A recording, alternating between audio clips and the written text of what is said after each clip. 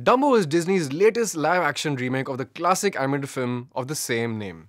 It stars Colin Farrell, Michael Keaton, Danny DeVito, Eva Green, Nico Parker, and Finley Hobbins. It is directed by Tim Burton. If you're not familiar with the story, Dumbo is a baby elephant born into a circus.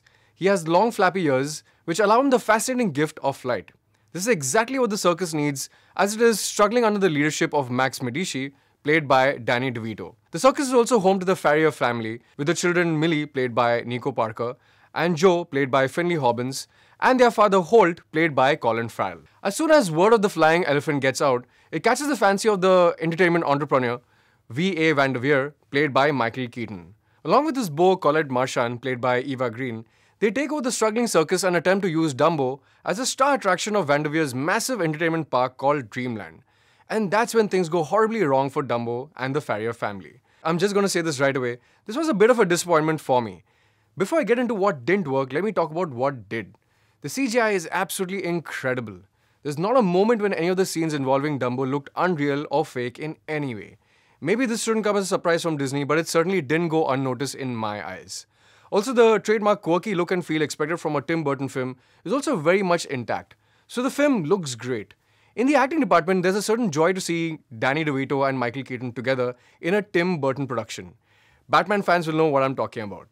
And that's about it. It hurts me to say that this live-action remake is devoid of the magic and emotional impact of the animated classic. There's nothing intrinsically wrong with the performances or direction or overall presentation of this film. It's just that every scene merely felt like it was simply moving from one beat to the next.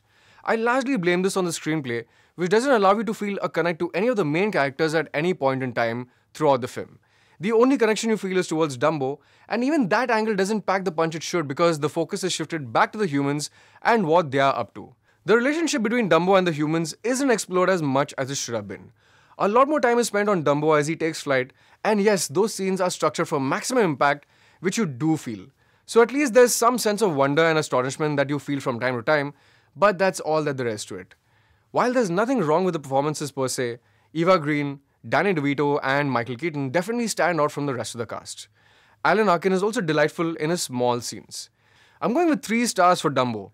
Despite its presentation and the cast doing what they're supposed to, this feels like a clinical film from Disney that doesn't quite deliver the emotion it should. There are ample opportunities for those, but they don't quite take off.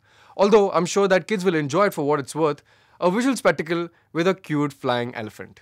Guys, are you going to watch Dumbo in the theaters? If you do, let me know what you think about it. And as always, keep watching It's Entertainment, only on Mirror Now, you first.